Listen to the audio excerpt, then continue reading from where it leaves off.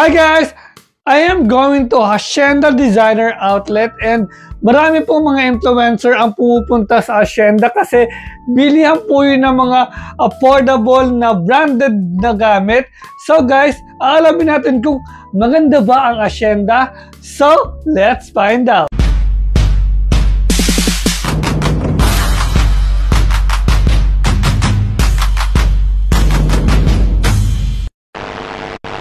So guys, paalis na ako dito sa aming bahay. So, see you there at Hacienda Designer Outlet, Tagaytay. Meanwhile, for today's video guys, I am now here at Hacienda. Ayan guys, sobrang ganda guys ang Hacienda and tingnan natin kung ano pa talaga siya kaganda sa loob. So, tara, gala tayo. So guys, ito na po ang itsura guys ng Hacienda guys. Guys, ang ganda talaga ng mall guys. Para ka talagang nasa ibang bansa, talaga namang napaka-syala-syala ng kanyang itsura guys. Tingnan mo naman guys kung gaano kaganda yung kanyang architecture designs. Very cozy, very elegant, and talaga namang very unique po talaga yung kanyang itsura guys.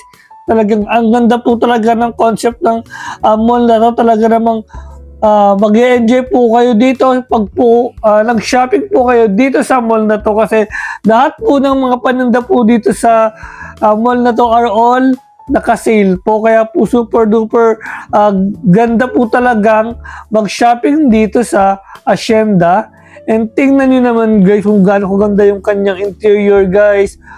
As in, very shala-shala and very elegant. At lahat po talaga ng mga branded things po is nandito, even the luxury brands na pwede nyo bilhin. Kaya guys, sugod na kayo dito sa Hacienda guys para guys makatipid po kayo sa pagbili guys ng mga branded na gusto nyo pong gamit guys. And ito po yung tindahan po ng mga luxury items, pero bawal po tayo dyan kasi bawal yata po mag video po dyan. And ito yung kanyang itsura guys, may mga hala-halaman, yung kanyang design guys, very Italian vibe inspired. So guys, ang ganda po talaga dito sa Hacienda. Talagang yayamanin yung place nila, as in super duper. Talagang world class po talaga. Ang ganda ng Hacienda Designer Outlet. Talaga naman pong napaka-aesthetic ng designs po ng mall na to para pong nasa ibang bansa. So guys, ito na po yung ibang stores po dito guys. Medyo malaki din po itong mall na to, kaya po marami po kayo pagpipilian dito sa Hacienda. And talagang guys, mapapa-shopping po talaga kayo ng madami dito kasi talagang ang sales po talaga nila is everyday po talaga, as in hindi po sila bumabalik po sa SRP price. Lahat po talaga ng item po dito are all naka-sale. And ito yung kanyang itsura guys pag nasa baba po guys. Ang ganda po talaga guys. Talagang namang napakasyala-syala talaga ng mall na to guys. Parang talaga nasa abroad. O diba guys? Very cozy. So ito naman po yung itsura guys ng sa mismong baba po guys. And ito yung kanyang picture area. Masarap po dito mag-picture taking, mag-shopping at kumain guys. At yung pinakababa po niya, doon po matatagpuan po yung mga restaurants po na pwede niyo pong kainan. And meron din po dito coffee shop. Ayan, actually meron pa pong coffee shop sa baba kung saan po nandun po located yung mga restaurant po. Ito po yung kanyang itsura guys. Diba guys, ang luwag po talaga guys, na talagang yung itsura talaga niya hindi nakaka-intimidate. So guys, yung baba naman po is yung mga restaurant po. So check po natin kung ano po yung mga foods restaurants po na pwede nyo pong kainan sa baba. Dito guys, sa area na to, pwede kayo mag-pictures with the plants. Ayan siya guys. O diba? Maraming pong plants po dito and talagang perfect po dito tumambay.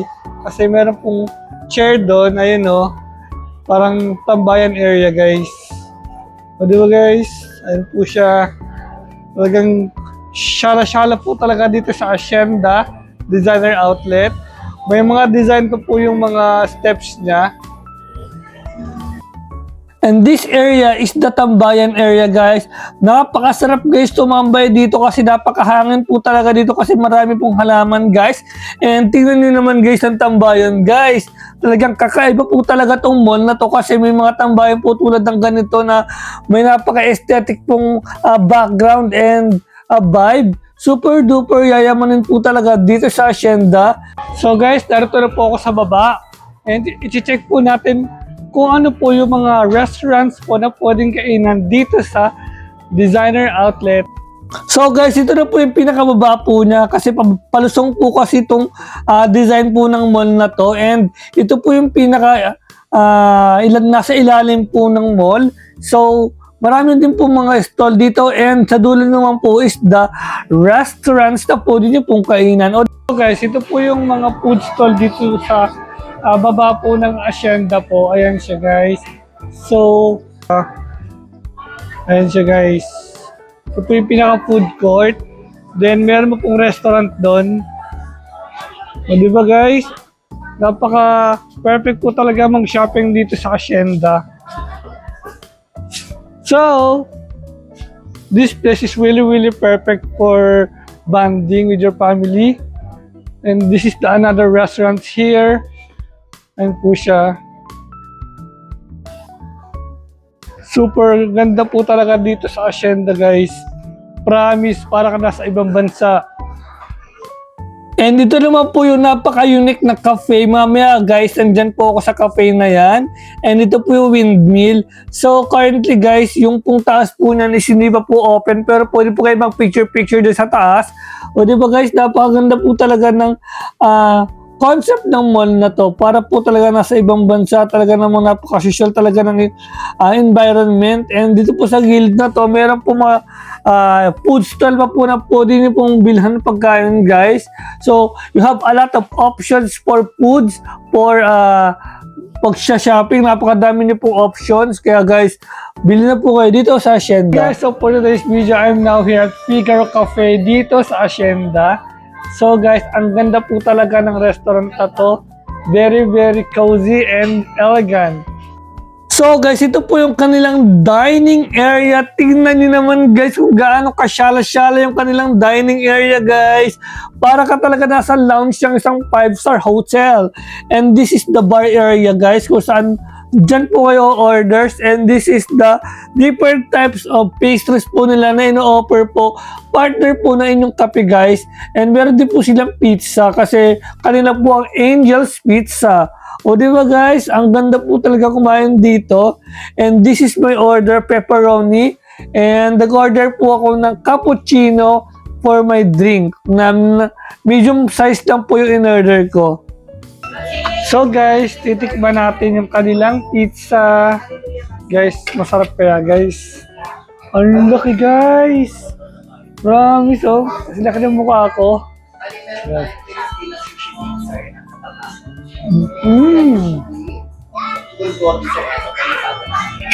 Ang sarap, guys. And ito po yung kanilang kape.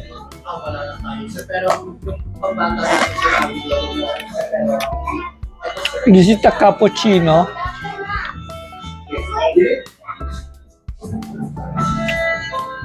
Sarap naman ng lasa niya.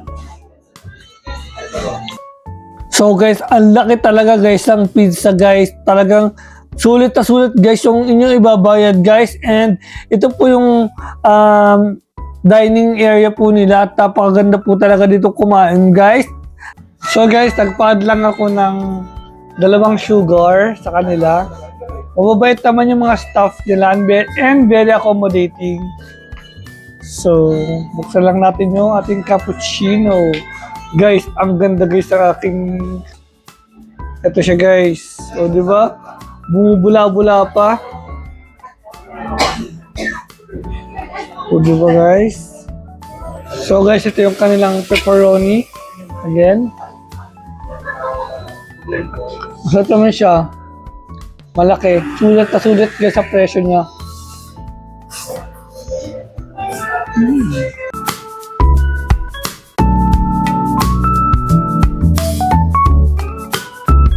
Guys, at ito na po yung taas po ng cafe na kinainan ko po kanina. And ang ganda po dito sa taas, guys. Ayan po yung paligid, guys. Super duper nice po talaga dito, guys. And this is so really have fun dito po sa Hacienda. And ito naman po yung view po pag po nasa taas po kayo, guys. Sobrang ganda niya, as in, grabe.